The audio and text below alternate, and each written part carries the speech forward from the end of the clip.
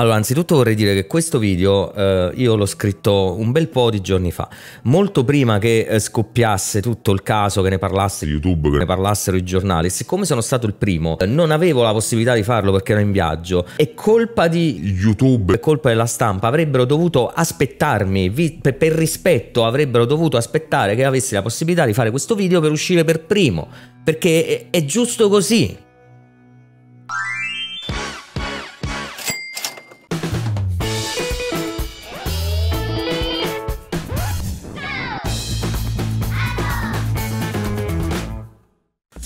Immaginate di vivere in un complesso di ville a schiera, attraversato da un'unica strada molto trafficata e leggermente in discesa. Immaginate che nei giorni di pioggia, specie d'inverno, questa strada diventi molto scivolosa e quindi pericolosa, soprattutto per i pedoni. Ad ogni accesso di questa strada viene posizionata una pattuglia, il cui compito è controllare che ogni veicolo che si appresta a transitare rispetti i limiti di velocità. Ora, immaginate però che una di queste pattuglie, per maggior sicurezza, cominci a far accostare ogni auto e a controllare che gli pneumatici non siano lisci o danneggiati. Fin qui tutto bene, forse un po' troppo zelante e sicuramente fa perdere tempo, ma è per la vostra sicurezza. Immaginate poi però che quella stessa pattuglia impedisca di accedere alla strada anche a quelle auto con delle ruote in perfetto stato, ma che non montano pneumatici di uno specifico modello, semplicemente perché il modello scelto si usura molto meno col tempo e quindi senza quegli pneumatici fra qualche migliaio di chilometri voi potreste diventare un pericolo. Ora, per chi non ha afferrato la mia arguta metafora, le villette a schiera sono il mercato, le auto, le aziende che operano in quel mercato, i pedoni sono i consumatori e le pattuglie gli enti regolatori. Quelli che vi ho appena descritto sono i due possibili approcci che un ente regolatore può al momento scegliere di adottare. Ed anche se il secondo può apparirvi più sicuro, al momento solo il primo è ispirato ai principi globali di vigilanza del mercato. Questi principi si fondano sul concetto che gli organi di vigilanza debbano tutelare i consumatori e che quindi moderare la velocità sia una misura sufficiente ad evitare che i pedoni vengano investiti da un mezzo impazzito e fuori controllo. Il mercato globale però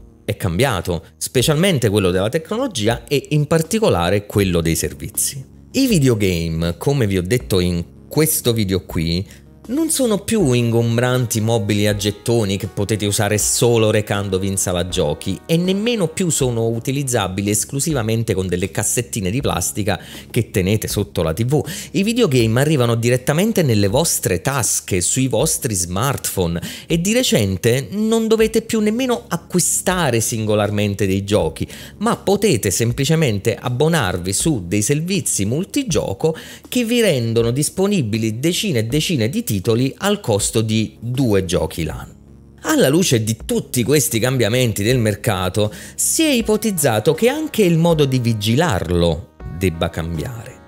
Dico ipotizzato perché al momento i testi di legge e soprattutto le corti che ai testi di legge si attengono sostengono ancora che il mercato vada regolato solo se è in pericolo il welfare del consumatore.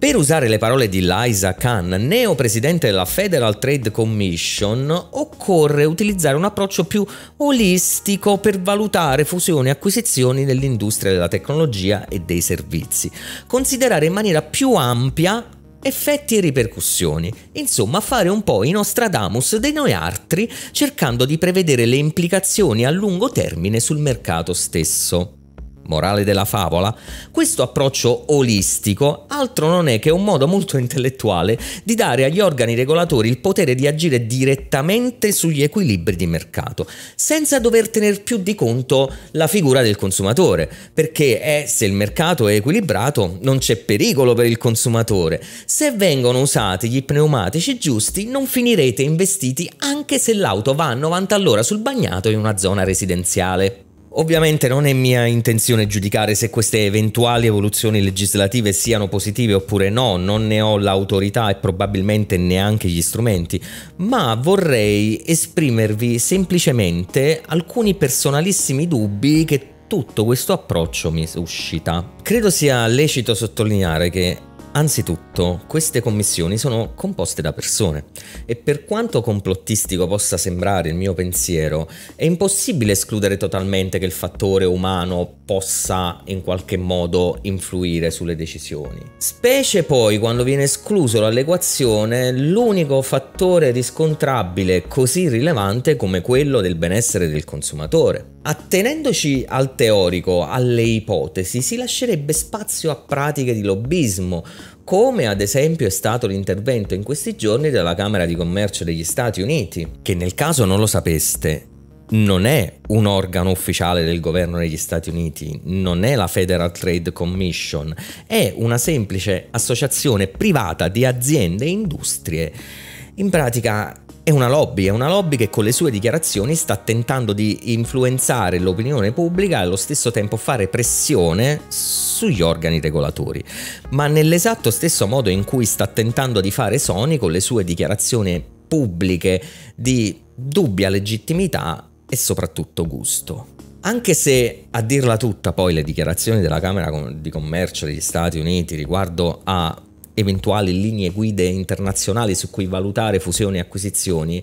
per quanto idealmente nobili, dimenticano totalmente che non tutti i mercati sono uguali. Insomma, non tutti i mercati sono gli Stati Uniti d'America. Tra i vari dubbi io non escluderei neanche il caso in cui possano intervenire all'interno dei membri della commissione degli interessi strettamente personali. Insomma, prendere a pesci in faccia una multinazionale multimiliardaria è un ottimo biglietto da visita, ad esempio, per una carriera politica. La cosa però che mi lascia veramente dubbioso di questo nuovo approccio è che si vorrebbero prendere decisioni oggi alla luce di scenari futuri. Trovo abbastanza improbabile che in un mercato come quello della tecnologia e dei servizi che muta in maniera fulminea si possano fare previsioni tali da incoraggiare o osteggiare operazioni che possono avere reali e pesanti conseguenze nell'immediato. Conseguenze sul mercato, conseguenze sui consumatori, ma anche sulle aziende coinvolte. Se vogliamo rifarci all'esempio di Activision Blizzard, il fallimento dell'operazione di acquisizione potrebbe portare a un crollo del prezzo delle azioni e di conseguenza avrebbe un impatto devastante sulle migliaia di impiegati che fanno parte dell'azienda, senza contare poi i contractor e quindi altre aziende satelliti. Sarebbe un effetto valanga non indifferente in un mercato del lavoro come quello statunitense, che al momento dire che è alla frutta è quasi un complimento. E qui un po' mi viene da ridere, perché ci sono alcune nicchie di utenze che parlano tanto di supporto, di supportare i dev, supportare le aziende, che pagano col sorriso sulle labbra 80 euro ai publisher e poi fanno il tifo perché mezza Activision Blizzard finisca in mezzo a una strada o sotto a un ponte.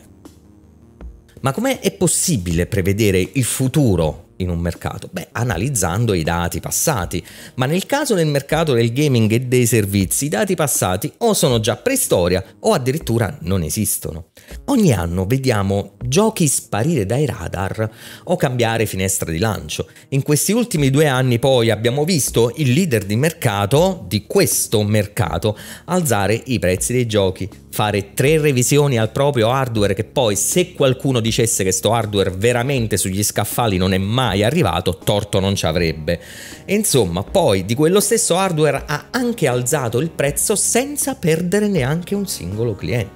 Sempre il leader di mercato poi ha fatto dietrofront 2 volte sulle previsioni di sostegno della generazione di prodotti precedenti, continuando però di fatto poi a vendere centinaia di migliaia di copie e poi sostenere davanti agli organi regolatori